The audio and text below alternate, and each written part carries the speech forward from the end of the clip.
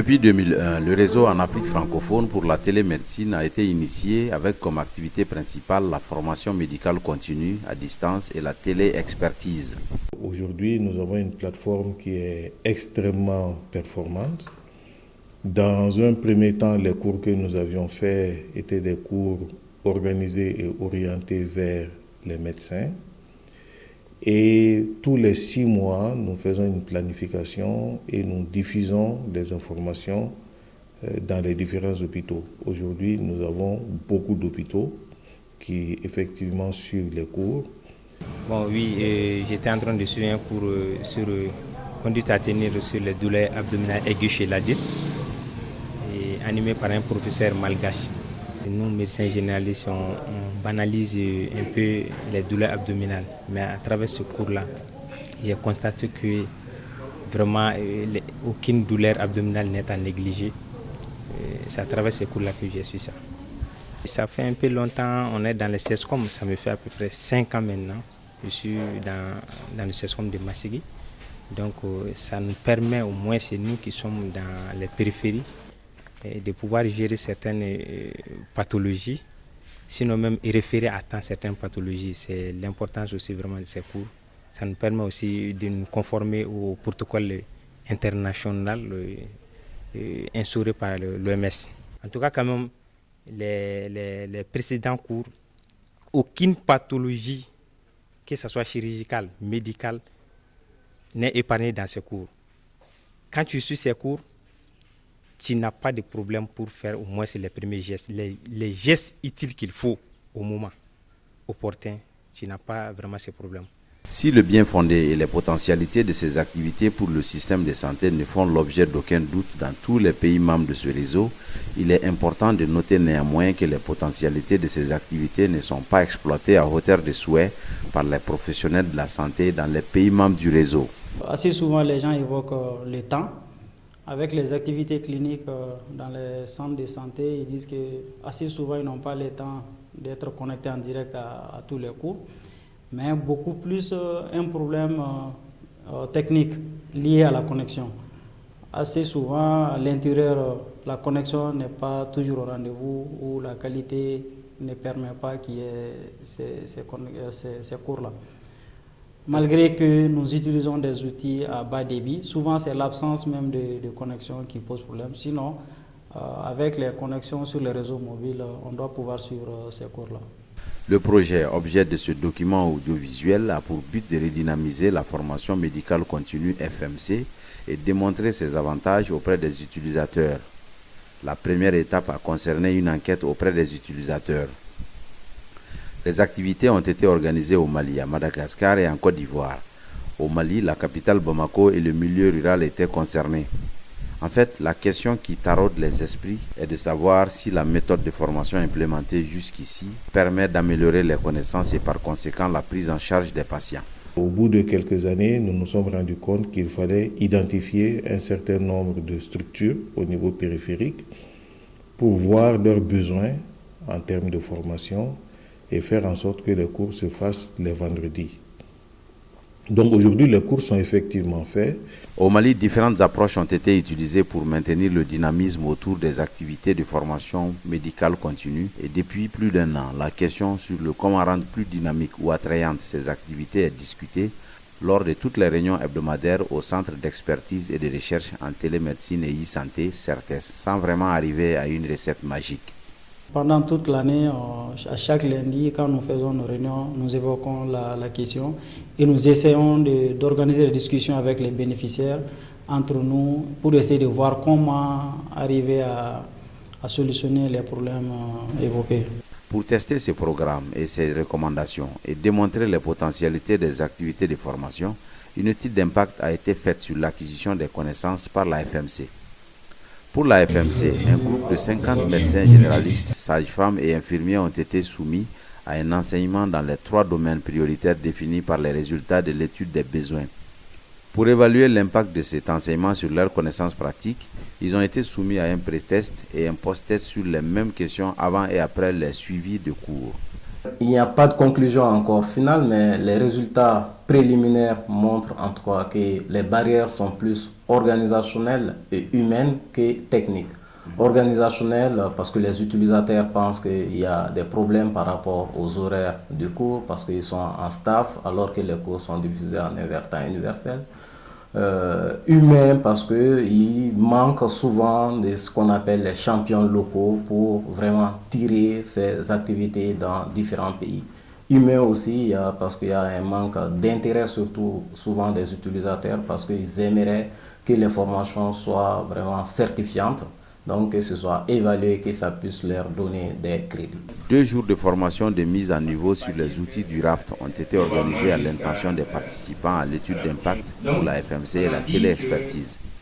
Enfin, sur le plan de la sensibilisation et communication auprès des utilisateurs et conformément aux recommandations de l'étude, le RAFT a soutenu des campagnes de sensibilisation et de dissémination des activités dans certains pays comme le Mali. Vu les résultats qu'on a eu avec ça, donc nous avons finalement, avec les autres membres du réseau, opté pour désormais aller vers ces formations thématiques qui vont nous permettre certainement de garder cette audience et d'augmenter l'intérêt des participants.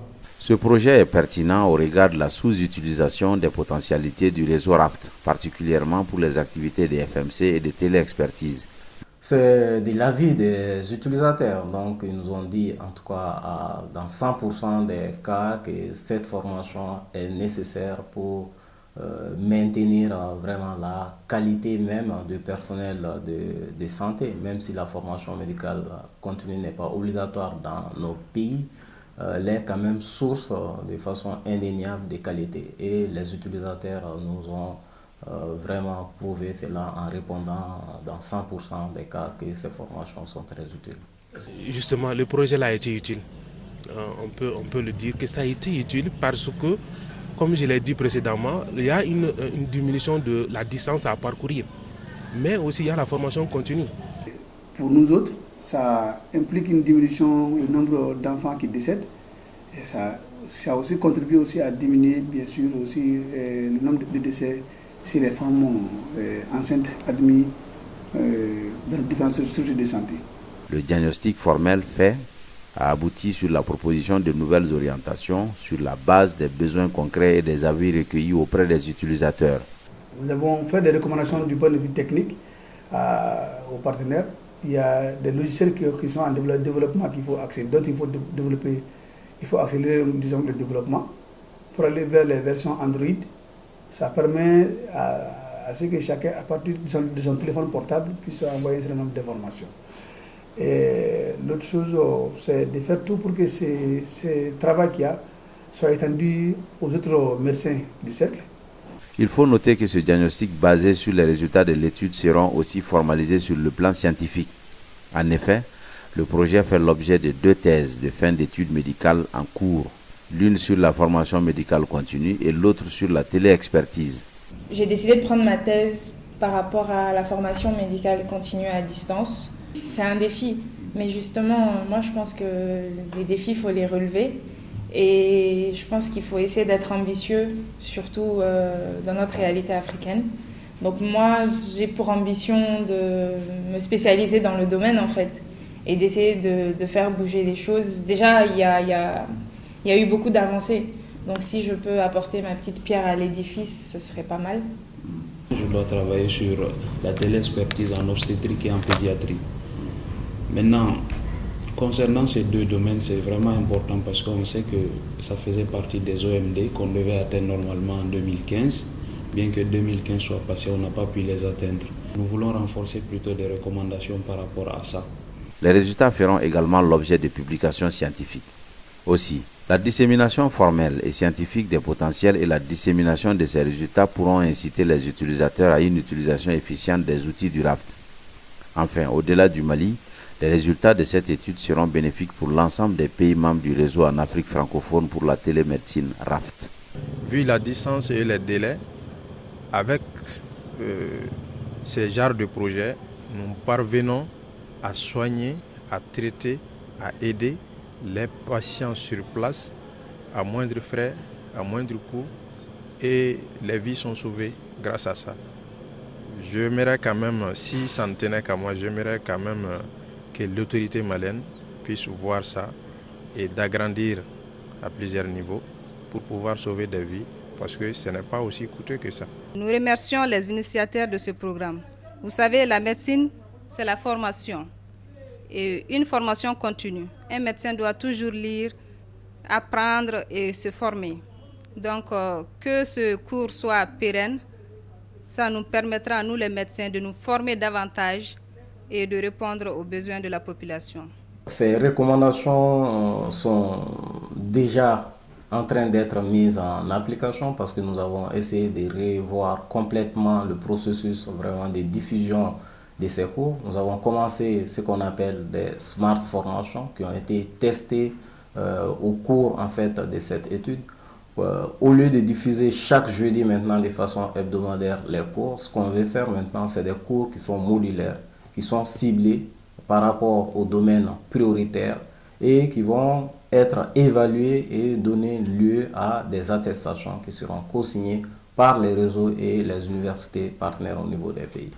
Une autre recommandation, c'est de faire aussi des campagnes de sensibilisation, d'information auprès des utilisateurs parce que beaucoup, malgré, contrairement à ce que nous pensons, beaucoup nous ont dit qu'ils n'étaient pas au courant des différentes activités du réseau.